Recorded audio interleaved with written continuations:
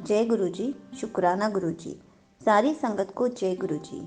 आज मैं आप सबको 2 क्वेश्चंस के बारे में बताऊंगी। ये मुझसे एक संगत जी ने पूछा कि जब भी हम सत्संग में जाते हैं तो सर कवर करना ज़रूरी है, या फिर जब भी हम सत्संग में जाते हैं, जब भी आरती का टाइम आता है तो संगत क्लैपिंग करने लग जाती है, तो क्या वो सही है?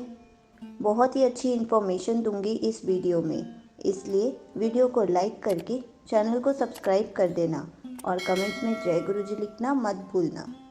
संगत जी, गुरु जी जब फिजिकल फॉर्म में थे तो किसी संगत को बता रहे थे, दिल्ली वालियां नू पता ही नहीं है महापुरुष नू किवे मिलन आना चाहिदा है।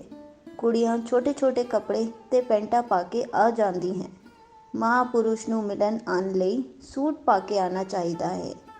तो संगत जी ने गुरु जी को कहा कि आजकल के बच्चे जीन्स और पैंट में ज़्यादा कंफर्टेबल होते हैं, पर गुरु जी का जो मानना था वो उन्होंने संगत जी को कहा।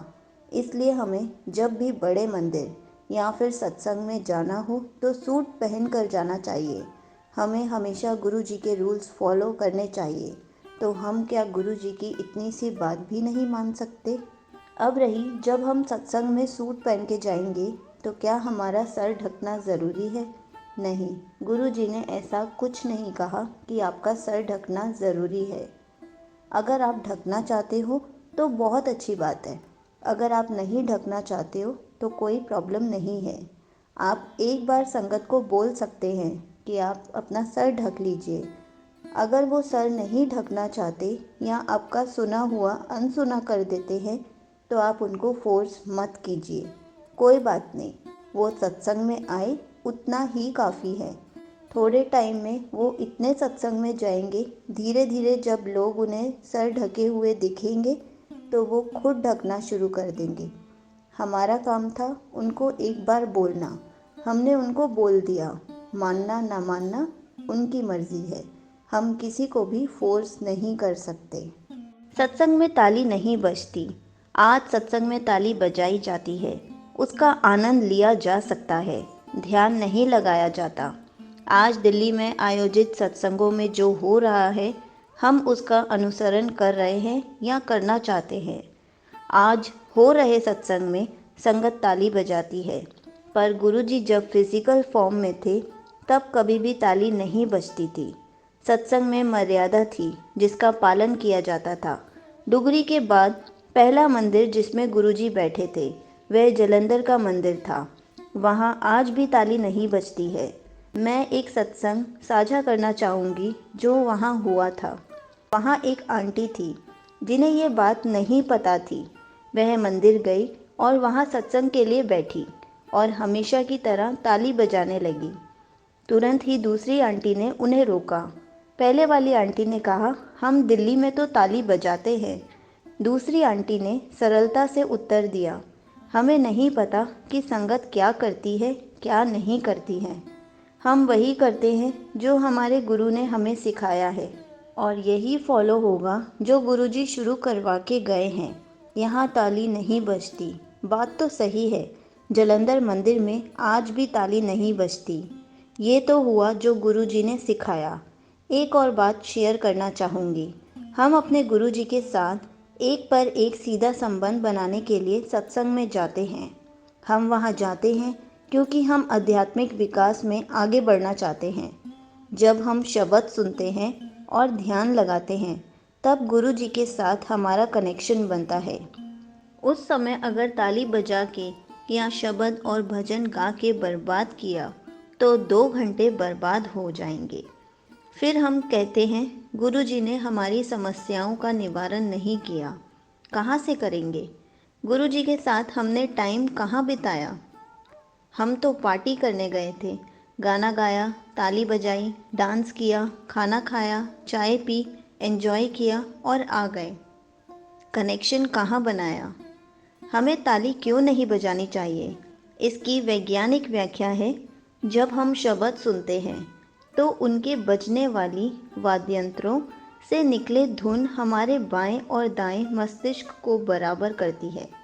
उससे एक कनेक्शन बनता है, जो कनेक्शन हमें हमारे गुरुजी के साथ जोड़ने में मदद करता है। जब हम ताली बजाते हैं तो उसकी बेताल आवाज़ हमसे कनेक्शन तोड़ती है और हमारा कनेक्शन नहीं बनता। इसलिए बड़े मंदिर, ध्यान केंद्र, आध्यात्मिक विकास केंद्र, सत्संगों में बात करना मना होता है, ताली बजाना मना होता है, ताकि हम ध्यान लगा सकें उनके साथ ही जिनकी वजह से हमारा वजूद है। गुरुजी बैठे हैं इस इंतज़ार में कि कब हम उन्हें याद करेंगे, उनके साथ बात करेंगे। और हम उलझे हुए हैं, ताली बजाएं या नहीं, शब्द गाएं या नहीं, क्यों करना है हमें दूसरा काम। सिर्फ गुरुजी में ध्यान लगाने से मन नहीं भर जाता क्या? गुरुजी ने सच ही कहा था। ऋषि मुनियों और साधुओं को हजारों साल की तपस्या के बाद भी रब नहीं मिला। तुम्हें तो मैं बहुत जल्दी मिल गया, इसलिए मेरी कदर नहीं करते हो। कर लो मेरे सर पर ऐश जितनी करनी है, इसलिए तो हमें उनकी कदर नहीं है। महाशिव हमारे पास खुद चल कर आ गए और हम इस संसार की बातों में उलझ रखे हैं। गृहस्थ सन्यासी का जीवन बिताना है हमें। खड़े हैं एक चेकलिस्ट के लिए उनके सामने और एक के बाद एक टिक लगाए जा रहे हैं। वो लिस्ट तो यहीं रह जानी है। महाशिव के पास तो सिर्फ हमारी रूह जानी है। जब हम किसी के घर जाते हैं तो सच सवर के जाते हैं, तैयार होकर जाते हैं। थोड़ा अपनी रूह को भी संवार लिया करो। महाशिव के पास तो सिर्फ हमारी रूह जानी है।